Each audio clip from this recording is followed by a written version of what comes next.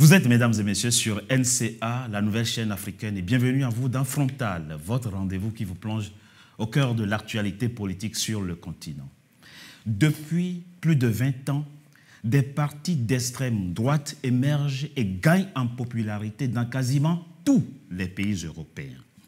L'ascension de ces partis, généralement populistes, est particulièrement fulgurante, comme on peut le voir aujourd'hui en Italie, en France, en Hollande, en Allemagne, en Pologne, en Hongrie, etc. L'immigré, généralement noir et arabe, est pointé du doigt. Il est l'envahisseur, il est celui qui vient prendre le travail de l'Européen, il est celui qui vient profiter des prestations sociales, il est celui qui vient faire le grand remplacement. Dans le même temps, des milliers d'Africains, pour la plupart victimes des passeurs sans scrupules, tentent de gagner l'Europe, une Europe qui ne veut plus d'eux. Les moins chanceux meurent dans le désert. Pour les uns, se noient dans la Méditerranée pour d'autres, quand ils ne finissent pas esclaves en Libye. Mais comment arrêter le drame migratoire? Comment arrêter l'hémorragie? Comment garder les jeunes Africains à la maison? Quelle doit être la réponse de l'Afrique au repli identitaire de l'Europe? Trois invités. Avec moi pour en parler, Nicolas Agbo. Vous êtes professeur des universités, auteur de plusieurs livres, dont, entre autres, le franc CFA et l'euro contre l'Afrique, celui-ci que j'ai entre les mains, et votre dernier livre, en date à pour titre Les solutions salvatrices de l'Afrique, prospérité et liberté des peuples africains, publié aux éditions Solidarité mondiale. Dans ce livre, professeur, où vous proposez des solutions pour l'émergence de l'Afrique, vous suggérez la solution anthropologique. Il faut, dites-vous, dans ce livre, la résurgence du passé glorieux de l'Afrique, afin que nous sachions qui nous sommes. Mais on en parle au cours de cette émission. Merci, professeur. Merci. D'avoir accepté. Merci de m'avoir invité. Invitation. Thierry Mouelet II.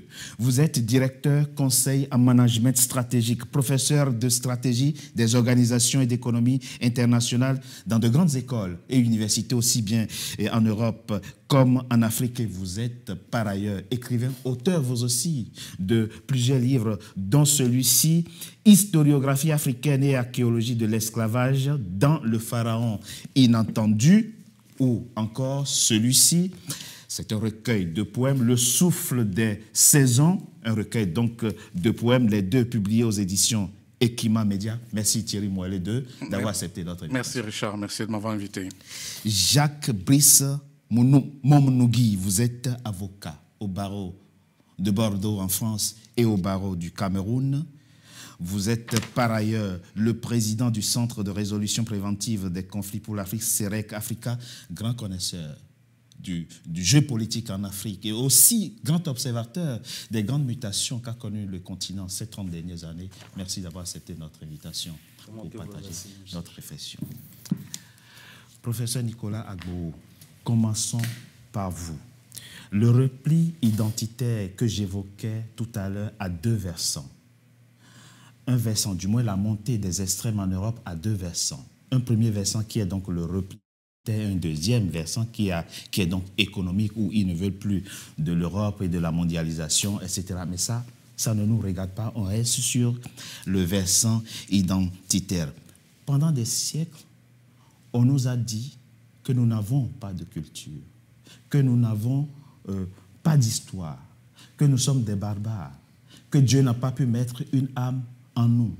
Et on nous a appris à parler, ils nous ont appris à parler leur langue.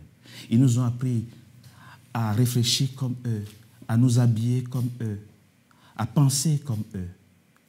Et certains sont tombés dans le piège et ont commencé à se détester. Beaucoup parmi nous se détestent et renoncent à leur tradition, à leurs racines. Et aujourd'hui, on nous dit, vous êtes trop différents. Ne venez pas nous envahir. Ne venez pas vous mélanger à nous. Nous voulons rester entre nous, Européens, fidèles à nos racines et à notre identité. Professeur, du haut de votre âge, nous, qui sommes-nous? Comment est-ce que vous nous voyez? Bien, merci. Merci d'avoir posé cette question. Ça demande un véritable cours d'anthropologie. C'est sûr. Mais compte tenu du temps qui nous est imparti, très court d'ailleurs, on ne peut que survoler et rappeler aux Africains que l'homme est descendu sur la terre pour la première fois en Afrique noire. Et j'insiste sur le mot noir. Ça, aujourd'hui, avec l'explosion de l'Internet, des réseaux sociaux, tout le monde le sait maintenant. Et l'homme de référence, c'est Cheikh Anta Diop. C'est ça. Il l'a mis sur la place publique, surtout à la conférence du Caire, que la brillante civilisation mondiale dont tout le monde a bénéficié, qui l'a inventée? La conclusion, on le sait, ce sont les peuples noirs, venus de l'Afrique noire. Autrement dit, que ce soit l'écriture, les brillantes disciplines les plus ardues, dont les mathématiques, la physique, tout ça, ça a été l'œuvre des peuples noirs. Et c'est en Afrique noire que les autres peuples, dont les peuples européens, sont venus apprendre. Apprendre auprès de qui? Auprès des professeurs noirs qui les ont instruits. Parce qu'ils ne savaient même pas lire et écrire. Il faut qu'on le dise. Ils ne savaient pas lire et écrire. Ce sont les peuples noirs qui leur ont appris à lire et écrire. Même au niveau de la religion, c'était, comme on dit, ils faisaient le paganisme. Ce sont les peuples noirs qui ont inventé le monothéisme, c'est-à-dire le fait de croire en un Dieu unique. Il faut que les Africains le sachent. Même la Bible a été blanchie. C'est vrai. On le sait maintenant. On le sait maintenant. On le sait maintenant. Il suffit simplement, à l'instant où nous parlons, d'aller même sur Internet, vous cherchez la Vierge noire. Tout va sortir. Ici, en France, partout, que ce soit à Chartres, personnellement, je suis allé voir. Et dans plusieurs cathédrales, la Vierge noire est bien représentée avec son enfant, c'est-à-dire Jésus, etc. Donc, ce que nous sommes en train de dire, comme Cheikh l'a très bien démontré, si l'homme noir n'était pas sorti de l'Afrique pour aller, je dirais, peupler le reste de l'humanité, toute l'humanité serait monocolore, c'est-à-dire noir. Tout le monde serait noir. L'homme blanc est sorti du noir. Ça, c'est scientifiquement démontré maintenant. Donc, il n'y a même pas de débat. Mais ce que nous voulons dire, c'est la générosité légendaire des Noirs qui, malheureusement, a été à la chute des peuples noirs.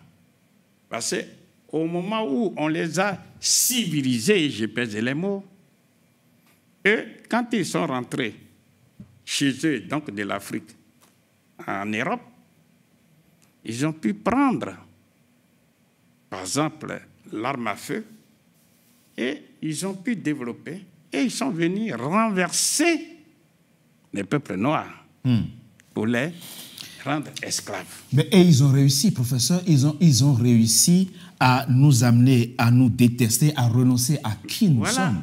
C'est ça, justement.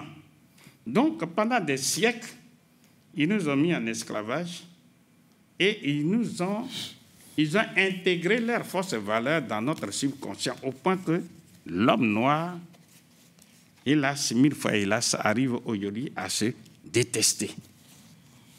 Et dans la nouvelle civilisation que nous voyons aujourd'hui, eh bien, tout naturellement, parce que d'abord, il faut rappeler, sans aller trop loin, aujourd'hui où nous parlons, c'est eux, les mêmes blancs, qui se sont levés pour aller conquérir le reste de l'humanité avec les armes. Bien. Donc, le repli identitaire dont on parle, ce n'est rien d'autre que la conséquence logique de leur conquête. C'est-à-dire, C'était entre eux les Blancs. Ils allaient conquérir l'Afrique et tout le reste. Maintenant, les conséquences, c'est logique. On voit bien même ceux qui ont été mis en esclavage, qui ont été colonisés et qui maintenant retournent vers leur maître. Un petit pays comme la Belgique, qui a pu prendre la RDC, un grand pays, comme étant la propriété privée des roi, et etc. Aujourd'hui, tout le monde, tous ces Congolais-là, ils vont vers la RDC. Tous les pays francophones, ils viennent vers la France, et ainsi de suite. Et ils se rendent maintenant compte que s'ils ne font pas attention, ils vont être non seulement minoritaires chez eux, mais ils risquent d'être même colonisés. C'est ça la crainte aujourd'hui. C'est ça qui leur fait parler effectivement du grand rassemblement. Voilà. Donc nous disons aux Africains d'aujourd'hui, sans trop rester passéistes, d'observer simplement et voir que l'Europe, pour ne pas dire même l'Occident de façon générale, on assiste à l'effondrement de l'ordre économique. C'est-à-dire, ici et maintenant nous parlons, parce qu'ils ont imposé un modèle économique. Le libéralisme. Regardons froidement, mais je dis froidement, le cas de la France. Je viens même de vérifier, tout de suite, et les autres peuvent vérifier.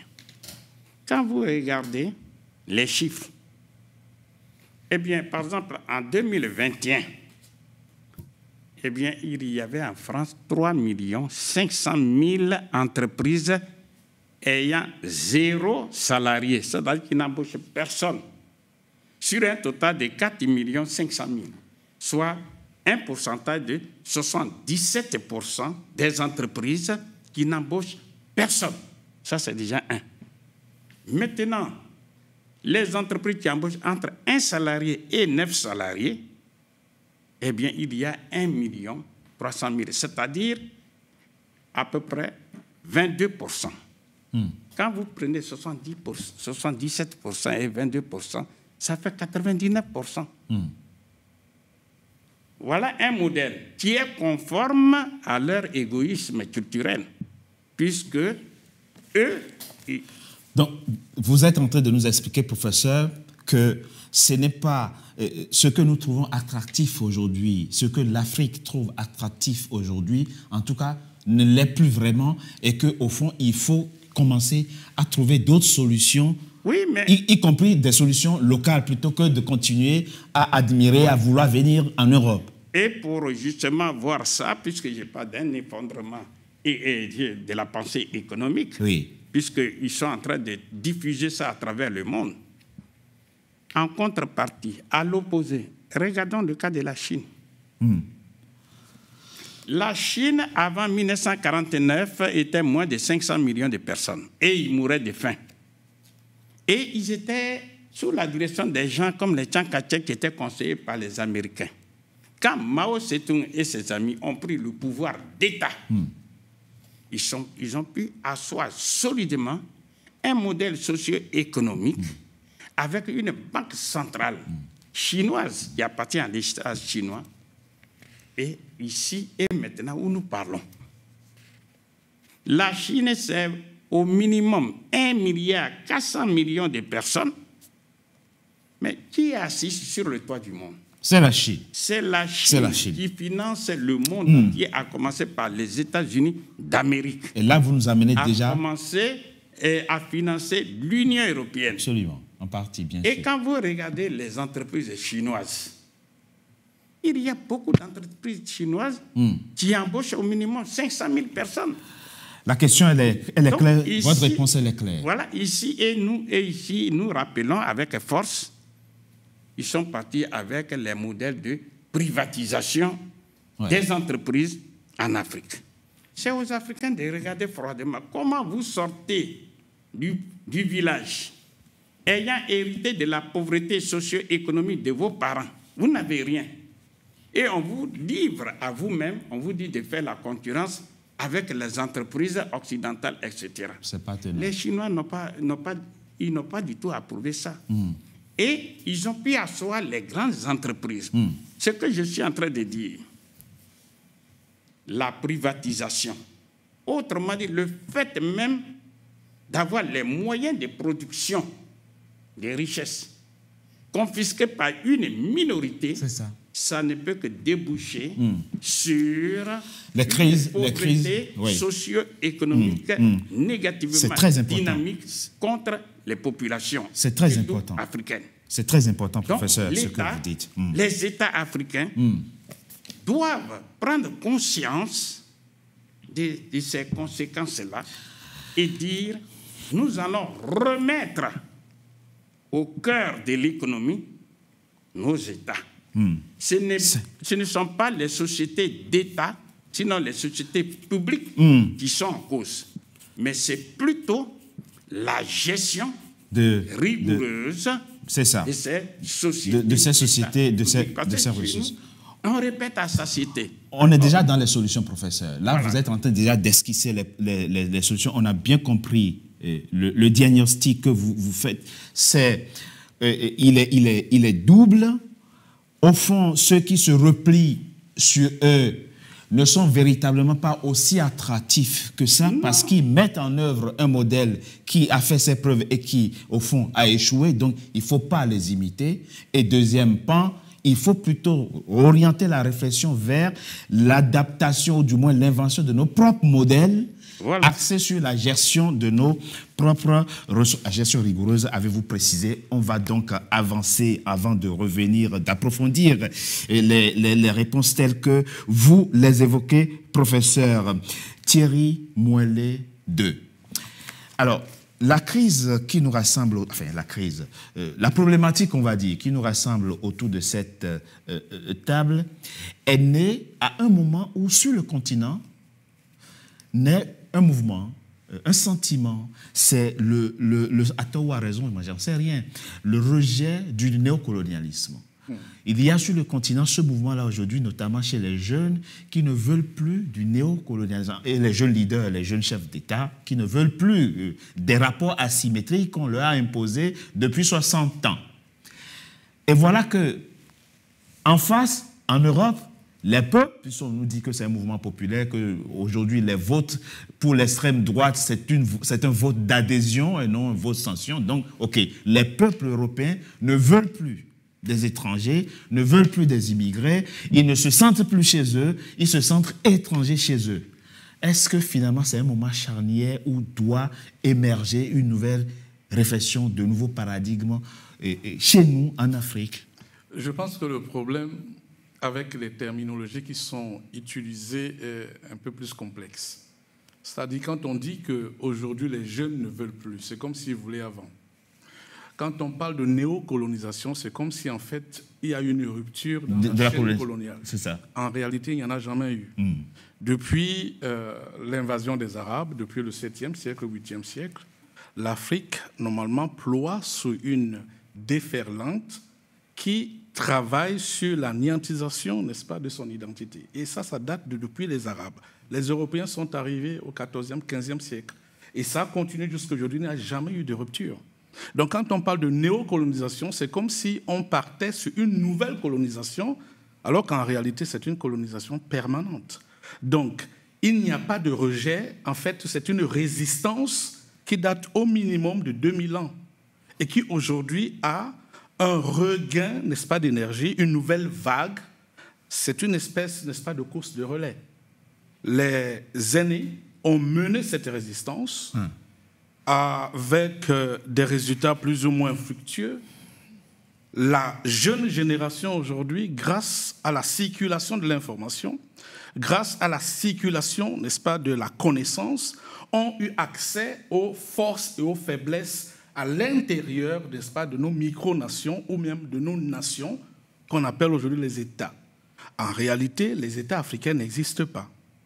Dans le sens réel de ce que l'État, c'est d'abord une structure de souveraineté. À quel moment l'Afrique subsaharienne, pour ne parler que d'elle, a-t-elle été souveraine pour poser les questions de toutes les structures qui accompagnent la souveraineté d'un État? j'aime bien avoir en face de moi le professeur Agbourou qui a montré dans ses travaux, et j'ai accompagné certains de mes étudiants dans ces recherches-là, que la première structure principale d'un État, c'est d'abord sa capacité à pouvoir générer la richesse et la faire circuler via les moyens de paiement qu'on appelle la monnaie. Donc, la monnaie permet d'autonomiser, n'est-ce pas, les structures étatiques. Or, si vous n'avez pas votre monnaie, quelle est la vision que vous pouvez avoir de votre développement? Si vous n'avez pas votre propre conscience de ce que vous pouvez transformer l'économie, appelons ça quoi, basique, en économie industrielle, comment vous allez le faire? Donc, le problème que vous posez aujourd'hui de repli identitaire en Europe, en fait, c'est un cache-sexe.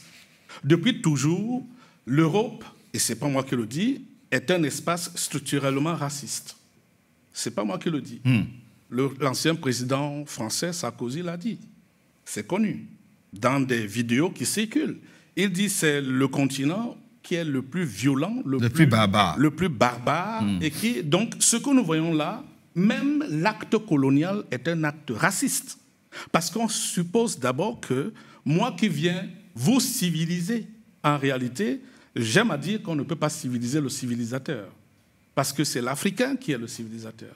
Comment on vient déstructurer ce qu'il a donné comme schème de connaissances au monde et lui apporter un nouveau substrat, c'est-à-dire des nouveaux éléments qui permettent d'épouser une nouvelle nomenclature qui n'a rien à voir avec ce qu'elle est.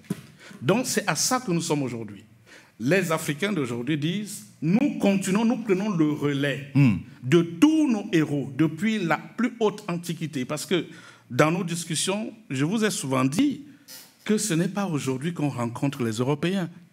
Dans l'histoire très ancienne de l'Afrique, et je trace 12 000 ans d'histoire dans ce livre. Dans Historiographie africaine. Pourquoi? Parce que c'est important de comprendre d'où viennent les problèmes. Les problèmes commencent d'abord par la rencontre avec l'autre. Depuis les Ekao Hassut, que les Grecs appelaient, ou bien la nomenclature moderne appelle les Hyksos, ben, ils sont toujours venus en Afrique nous envahir. Mais l'Afrique, unie avec, par exemple, le pharaon Iamès, a pu reconquérir la totalité de son territoire et c'est l'Afrique unie qui arrive toujours à repousser les envahisseurs. Donc la réponse au problème que nous avons aujourd'hui, ce n'est pas l'autre, c'est nous-mêmes.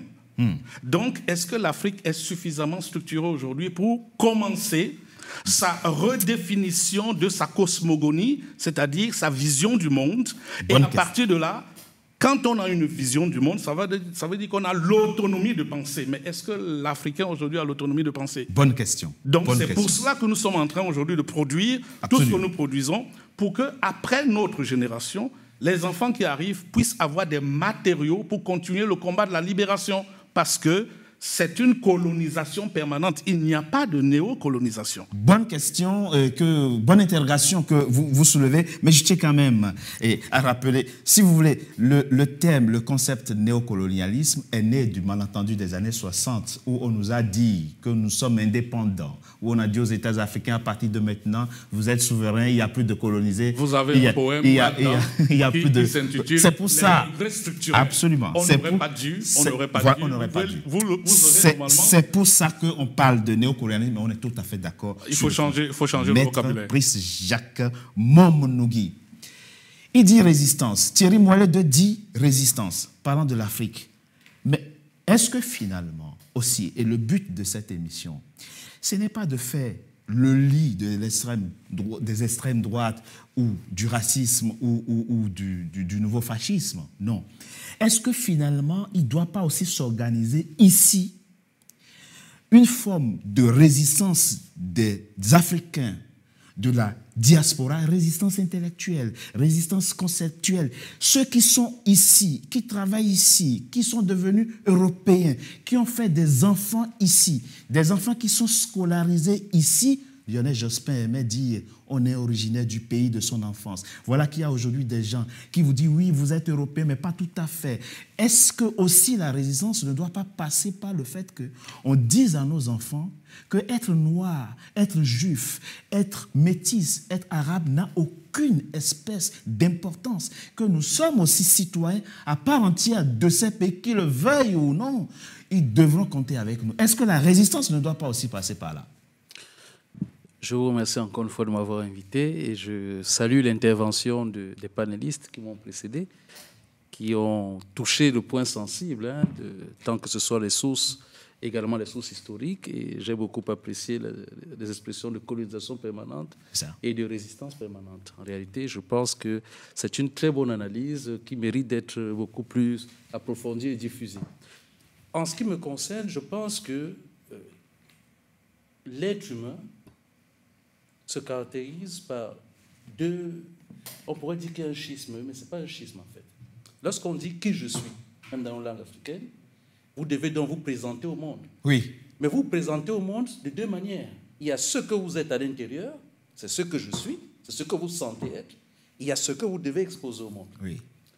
Et la réalité de l'Africain, c'est que du fait de son histoire, parce que moi j'appelle tout cela l'histoire. Le continent a été plusieurs fois pourchassé, asphyxié, mais parce que nous avions des ressources, parce que c'était le continent, mais parce que les gens ont voulu y vivre. C'est l'histoire.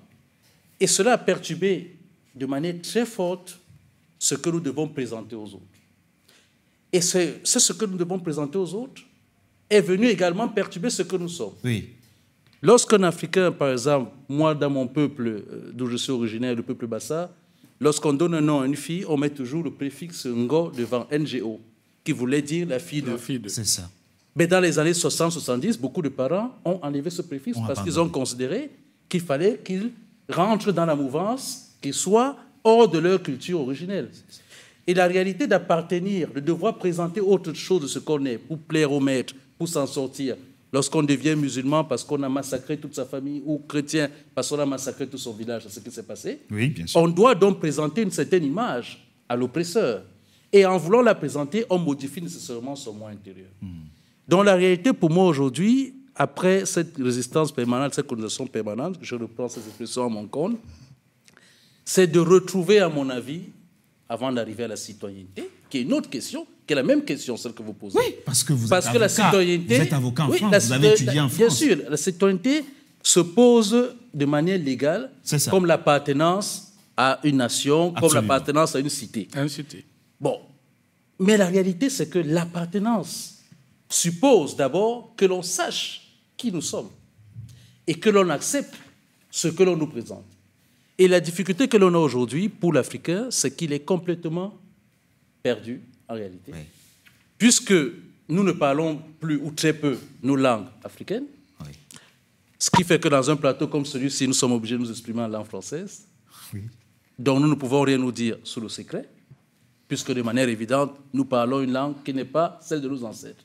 Bon, c'est une langue que nous utilisons, que nous aimons bien. On n'a rien contre la langue. C'est pas le problème. C'est quand même, oui, mais c'est pas anodin. C'est pour dire que même notre façon de réfléchir, Mongo Betty disait, lorsqu'on lui demandait s'il était un écrivain francophone, qu'il n'était pas un écrivain francophone, parce qu'il considérait qu'il écrivait en français, mais qu'il pensait d'abord en langue Betty. C'est ça. Ce que je pense. Voilà. Donc en réalité, nous avons ce problème. Nous nous exprimons, nous manipulons, nous avons appris et nous avons intégré une culture au forceps que nous devons, avec laquelle nous sommes obligés d'exister, sans qu'elle soit toujours compatible avec ce que nous sommes, le moi intérieur. C'est ça. Maintenant, sur la citoyenneté et vous finirez la sur la citoyenneté, oui, tout à fait. Sur la citoyenneté, nous, les personnes, d'un point de vue purement juridique, n'oublions pas que les personnes qui sont aujourd'hui les citoyens français ou citoyennes françaises ou d'autres pays n'ont rien à craindre parce que la loi n'est pas rétroactive. Mais la question se pose par le point de vue juridique. Voilà, tout à fait. La question, c'est la perception qu'on a de nous et de nos enfants, mais cette perception, qui sont nés ici, qui sont différents, et à qui on dit vous n'êtes pas suffisamment français, vous n'êtes pas suffisamment allemand. Je vous reporte. Oui. Je parle du moi intérieur. C'est ça. L'on peut me dire que je ne suis pas noir. Si je me sens noir, ça ne changera absolument rien. Voilà la réponse que je vais vous faire. C'est quel moi intérieur voyons-nous lorsque nous sommes devant le miroir? Comment je me vois? Ce n'est pas comment on me perçoit. C'est ça que j'ai envie de dire à cela. Je propose qu'on marque une courte pause. On se retrouve dans quelques instants pour approfondir notre réflexion. À tout de suite. Les ressources naturelles sont toujours restées le moteur des grandes économies émergentes. Bienvenue en RDC, un pays doté de riches gisements de cuivre, de cobalt, d'étain, de tantale, d'or, de diamants, de lithium, de nickel et de plusieurs terres rares au monde. Nos ressources naturelles sont au cœur des objectifs de développement durable et sont indispensables dans la transition énergétique qui doit permettre à la planète de basculer vers l'énergie propre. Alors que le monde en profite, nos populations devraient également en profiter pour un avenir meilleur et prospère. La collaboration et la coopération pour le développement et la croissance mutuelle sont la voie à suivre. Pour fournir des infrastructures de base et élever le statut socio-économique de notre peuple, la RDC accueille les investissements du monde entier. L'agence de pilotage, de coordination et de suivi des conventions de collaboration signées entre la République démocratique du Congo et ses partenaires privés, l'APCSC en sigle, est un instrument très stratégique. C'est en fait le bras ouvrier pour le développement intégré de notre pays. Les gestionnaires des ressources naturelles font leur travail d'une part, et les gestionnaires des infrastructures présentent des états de besoin de l'autre part. Maintenant, il faut un trait d'union qui connecte le besoin au potentiel. C'est ça la PCSC. Fidèle à la vision chère au chef de l'État, celle de développer la RDC en lui dotant des infrastructures de base grâce à ses ressources naturelles, notre détermination, c'est de voir un Congo industrialisé, un Congo développé, un Congo où on peut se déplacer, un Congo où on peut imaginer l'inimaginable. Donc, si vous envisagez un investissement important pour des perspectives mutuellement bénéfiques, contactez-nous. APCSC souhaite la bienvenue au monde en RDC et à son tour fait du monde de la RDC une économie florissante, prospère et inclusive.